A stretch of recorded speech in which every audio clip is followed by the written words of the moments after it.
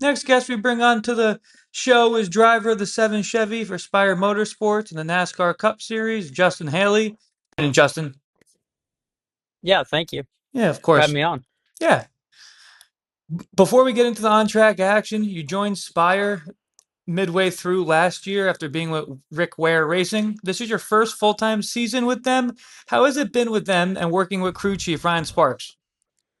Yeah, I mean, it definitely has had its ups and downs, just like any long season does. But yeah, I feel like we've had decent speed at times, and just a lot of unfortunate luck throughout the season. So yeah, I feel like we've got all the right parts and pieces to go out there and compete for wins. It's just a matter of time now.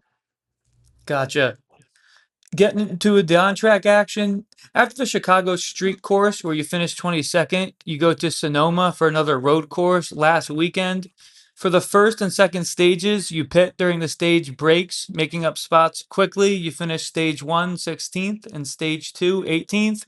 You make contact with Hamlin briefly in turn two on lap 32, but keep it going. How was the car feeling, and what was your mindset going into the longest stage in California there? Yeah, I mean, snow was always tough. It's a long race. Me and Denny actually hit dirt there and got off. I don't think there was any contact, but Okay. there was a big, big patch of dirt that had came onto the racing surface, and we both kind of just hit it and slid off there. But yeah, it's part of Sonoma. It's usually a pretty dirty racetrack, which makes it kind of tough to really get the potential out of the race car, but it's also just such a long race. 110 laps at a road course is just so long. So, yeah, just trying to manage the day and try to, put it all together. And yeah, caught some lucky breaks and had some decent speed. We set the fastest lap of the race. So, yeah, like I said, it's kind of all there. Just, it's just about executing Sundays. Gotcha. Yeah, it was part of my next question. What you just said, did grab the fastest lap there. You walk away with a 15th place finish in Sonoma. How would you say your day went, and how's the road course packages that Spires is bringing to the track? Yeah, I mean, for us, we unloaded too far off on Saturday to get track position early, and it just kind of took us all of Sunday to get up there. And we set the fastest lap pretty late in the race. So yeah, I mean, it's definitely difficult with the shortened practices and just kind of having to unload how you or race how you unload. I guess there's really not much you can do to them, but yeah, we've slowly been getting the road course package a little bit better.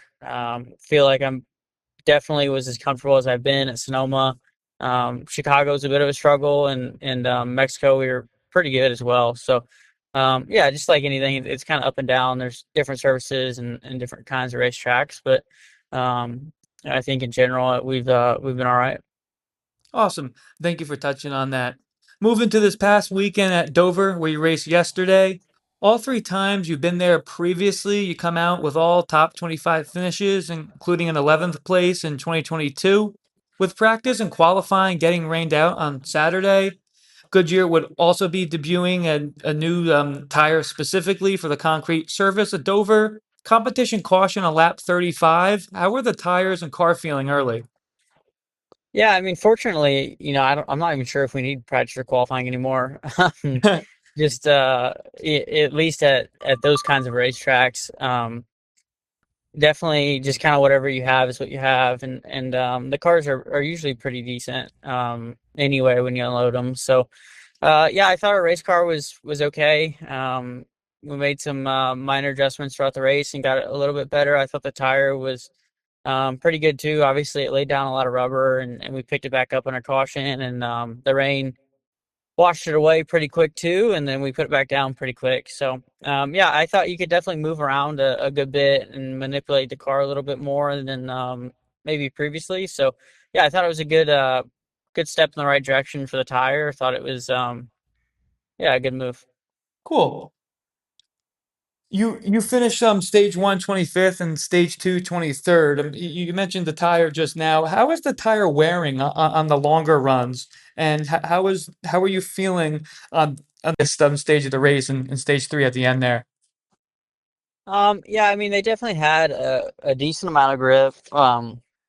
and we fell off a little bit on lap time. I wouldn't say it was a lot of fall off, but the car definitely started to handle worse and worse throughout the run, and you had to obviously move around, and it was just kind of all over the place with the rubbers. So, yeah, I mean, I guess the tires were wearing there on the clean track when we started the race. A lot of teams showed cords, which is kind of what you want to see for a clean track in the first 35 laps. I mean, that just kind of means that the tire is right on its max. So, yeah, like I said, I thought the tire was a good move. I thought the race was pretty racy. A lot of times you can just get stuck behind people, and it gets super frustrating in the air. But I feel like this tire allowed us to move around a little bit more.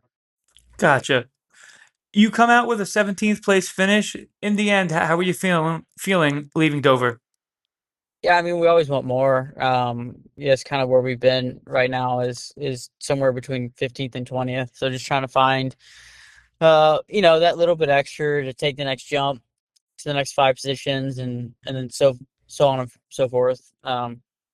We definitely have had times where we've had a decent amount of speed, and other times where we've completely missed it. But yeah, just trying to work, on it together. I feel like with no practice, no qualifying. My first time with the team at Dover or a track like Dover, I thought it was a decent day. Appreciate the honesty. Next race is at the famed Indianapolis Motor Speedway. Being an Indiana native, what does the track mean to you, and what would it mean to have a solid day there? Yeah, I mean, I obviously grew up right there, in Indiana, and spent a lot of time at the Brickyard. So, yeah, it's definitely a cool race for me, seeing all of my friends and family and familiar faces, and obviously, it's pretty cool to have the Brickyard as your home racetrack as well. So, yeah, it's a cool race. Hope a lot of fans are there, and we get a good crowd, and we can put on a good show. Awesome. You finished 20th there last year. Any goals and expectations for when you unload over there at the weekend at the Brickyard? No, I mean, we just want to have a good balance of the car and good speed and try to put the weekend together. That's all you can hope for. 10-4. Just went over where you're going to be next weekend. Last question. I know you and the 7 team are focused every weekend. And any specific tracks that you are looking forward to going for the remainder of the schedule?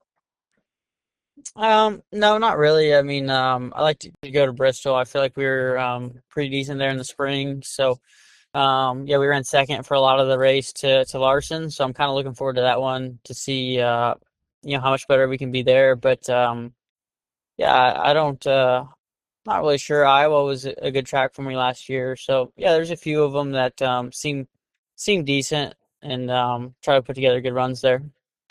Awesome. Thank you so much for the time, Justin. Best this weekend in Indiana, and hope to talk to you soon. All right. Yep. Thank you. I appreciate Yep. it. See ya.